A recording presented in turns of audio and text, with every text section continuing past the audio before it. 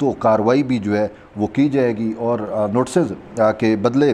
میں ان سے جواب بھی جو ہے وہ طلب کیا گیا ہے۔ اسلام آباد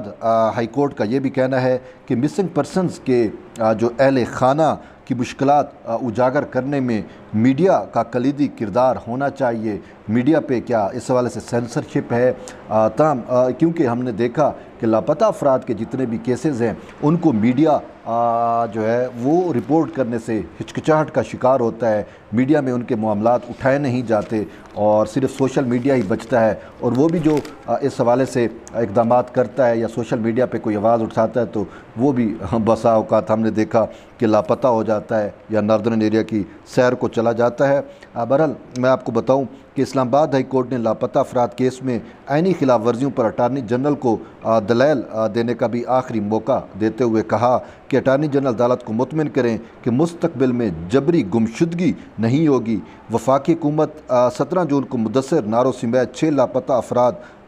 جو ہے اس عدالت میں پیش کرے اور پھر اس حوالے سے ریاست کی جو ناکامی ہے اس کا بھی جواز پیش کیا جائے۔ اس کے ساتھ ساتھ ہائی کورٹ کے فیصلے میں کہ اور بھی چیدہ کچھ نکات ہیں وہ ہم آپ کو پڑھ کر بتاتے ہیں فیصلے میں مزید جو ہے وہ کیا کہا گیا ہے۔ میں ایک منٹ جی تو اچھا، فیصلے میں یہ بھی کہا گیا ہے کہ مشرف سمیت آج تک تمام وزرائے اعظم کو نوٹس جاری کرنے کا حکم دیتے ہوئے ان سے بیان حلفی طلب کیے گئے ہیں اور کہا ہے کہ وضاحت کریں کہ آئین سے مبینہ انحراف پر کیوں نہ عدالت تمام چیف ایگزیکٹو کے خلاف کارروائی کرے۔ عدالت نے سیکرٹری داخلہ کو عدالتی حکم کی نقل وزیر اعظم اور کابینہ ممبران کے سامنے رکھنے کی بھی ہدایت کی۔ چیف جسٹس عطا من اللہ نے آرڈر میں کہا کہ پرویز مشرف نے اپنی کتاب میں لکھا کہ جبری گمشدگی ریاست کی غیر اعلانیہ پالیسی تھی۔ اتوار کو اسلام آباد ہائی کورٹ سے جاری 15 صفحات پر مشتمل تحریری حکم نامے میں عدالت نے استفسار کیا کہ غیر اعلانیہ پالیسی کے تحت قانون نافذ کرنے والے اداروں بالخصوص افواج پاکستان کو جبری گمشدگیوں کی اجازت ہی کیوں دی گئی۔ وضاحت کریں کہ جبری گمشدگیوں کی غیر اعلانیہ پالیسی سے قومی سلامتی کو خطرے میں کیوں ڈالا گیا۔ عدالتی آرڈر میں کہا گیا ہے کہ ہر چیف ایگزیکٹو اس تاثر کو ذیل کرے اور اس کی وضاحت کرے،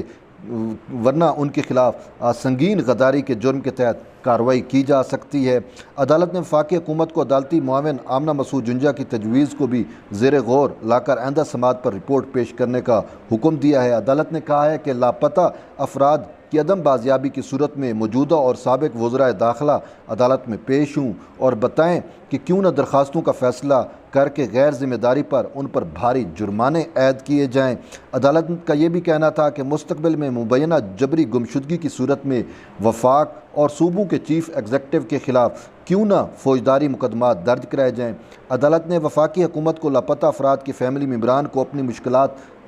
سے عوام کو آگاہ کرنے کے لیے اقدامات کرنے کی ہدایت کی اور کہا کہ یقینی بنایا جائے کہ پرنٹ اور الیکٹرانک میڈیا میں کوئی غیر اعلانیہ سینسرشپ نہیں ہے۔ لاپتہ افراد کے اہل خانہ کی مشکلات کو اجاگر کرنے میں پرنٹ اور الیکٹرانک میڈیا کو اپنا کلیدی کردار ادا کرنا چاہیے۔ ایسا لگتا ہے کہ میڈیا ریاستی طاقت کے غلط استعمال اور بنیادی حقوق کی خلاف ورزیوں کو نظر انداز کرتا ہے یا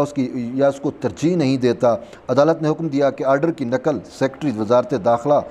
کو عمل درآمد کے لیے جو ہے وہ بھجوائی جائے۔ تو یوں جو اس فیصلے اسلام آباد ہائی کورٹ کے فیصلے کے چیدہ نکات تھے، یوں تو فیصلہ 15 صفحات پر مشتمل تھا، وہ میں نے آپ کو بتا دیے، لیکن اس ساری پروسیڈنگ سے یہ چیز واضح ہو رہی ہے کہ اسلام آباد ہائی کورٹ جو ہے وہ تہیہ کر چکی ہے کہ ریاست کی یہ جو غیر اعلانیہ پالیسی تھی جس کا خود اعتراف جنرل پرویز مشرف نے کیا لاپتہ افراد سے متعلق، اب اس کو ختم کرنے کا شاید وقت آن پہنچا ہے اور ہمیں امید بھی ہے کہ اسلام آباد ہائی کورٹ اس حوالے سے جو ہے وہ ضرور حکم دے گی۔ میں آپ کو بتاتا چلوں کہ یہ سپریم کورٹ میں بیٹھا ہوں، اسی سپریم کورٹ کے اندر لاپتہ افراد سے متعلق جب افتخار چودھری چیف جسٹس تھے تو متعدد کیسز چلے اور ہم نے دیکھا کہ انہوں نے کس طریقے سے لوگوں کو بازیاب کرایا تھا، اور ایون کہ آئی جی ایف سی جو بلوچستان میں ہیں ان کو بھی متعدد بار یہاں پہ طلب کیا گیا تھا، ان کی پیشیاں ہوئی تھیں۔ اور اس کے ساتھ ساتھ ہم اگر بلوچستان کے لاپتہ افراد کی بات کریں تو بلوچستان میں اس ٹائم 9,000 سے زائد کا ایک فگر جو لواحقین کی جانب سے دیا جاتا ہے، یا اس حوالے سے ماما قدیر نے جو ہے وہ لانگ مارچ کیا کوئٹہ سے اسلام آباد کی طرف، پیدل مارچ لاپتہ افراد کی فیملیوں کے ساتھ چل کے آئے، تو ان کی جانب سے جو تعداد بتائی جاتی ہے وہ 9,000 سے بھی کراس کرتی ہے۔ تاہم ریاست کی جانب سے اس حوالے سے ابھی تک متضاد جو ڈیٹا ہے ریاست کے پاس موجود ہے، اور وہ بھی اس کو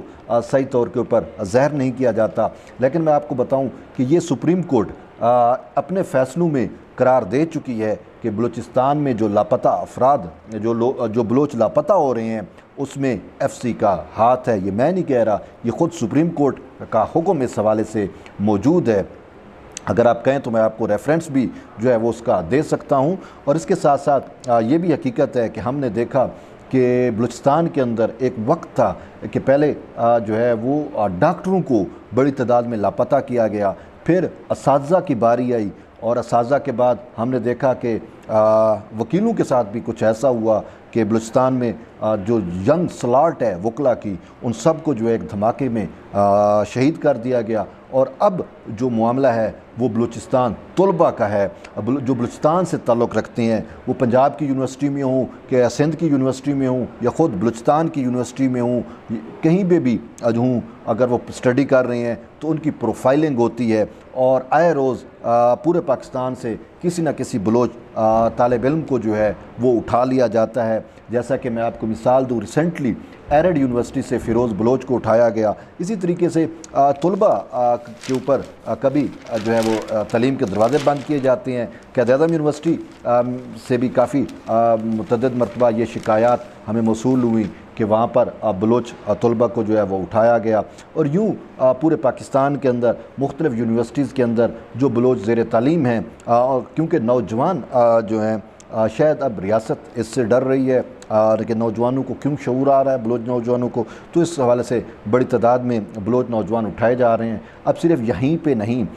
یہاں پہ بھی ریاست کی یہ کا جبر وہ ختم نہیں ہو رہا، بلکہ اب تو میں آپ کو بتاؤں کہ بلوچ خواتین کو بھی اٹھایا جا رہا ہے۔ اور آپ یقین نہیں کریں گے کہ ایک فیملی پنجگور میں ایک پوری کی پوری فیملی کو لاپتہ کیا گیا، اور اس میں ایک شیر خوار بچہ